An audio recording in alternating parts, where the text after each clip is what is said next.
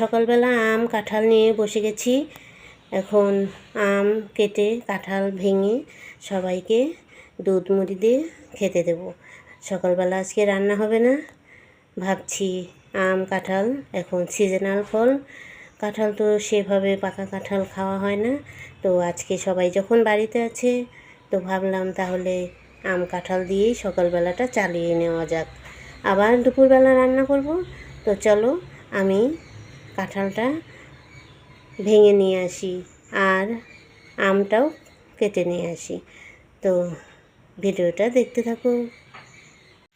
তো বন্ধুরা, আজকে তোমাদের দেখালাম আম কাঁঠাল সকালবেলা খাওয়া হবে। আর এই দেখো কাঁঠাল এই যে ভেঙে নিচ্ছি, আম কেটে নিয়ে আসছি।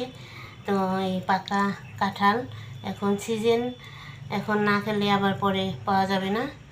এই দেখো আজকে কাঁঠাল, আম, আর এই দেখো এখানে অনেকগুলো দুধ, এই যে দুধ নিয়েছি, সবাইকে এখন মুড়ি দিয়ে খেতে দেব। তো কাঁঠালটা ভালোই আছে, এই যে কাঁঠালের রুয়াগুলো ভালোই আছে, নরম গালা কাঁঠাল।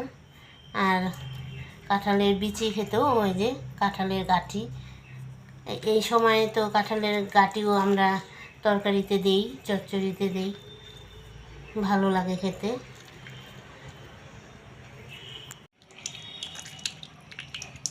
তো বন্ধুরা দেখো, যেই রকমভাবে রান্না করে সবাইকে খেতে দেই সেই রকমভাবেই আবার আজকে কাঁঠাল চিপে সবার জন্য রেডি করছি খাবার।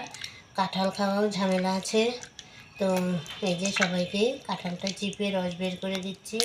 মুড়ি দিয়ে দুধ দিয়ে আম কাঁঠাল সকালবেলা খাবার ঝামেলা। তো এমনিতে হাতে না চিপলে চালনে করেও চেপা যায়। তো এখন আর চালনের ঝামেলা করিনি, অল্প একটুই রস করব, সেই জন্য হাতেই করে দিচ্ছি। তো চলো আজকে সকালবেলাটা এটাই খাবার ব্যবস্থা করছি। তো ভিডিওটা আর বড় করছি না। তো তোমরা ভালো থেকো, সুস্থ থেকো, আর আমার সাথে থেকো। আজকের মতো টাটা।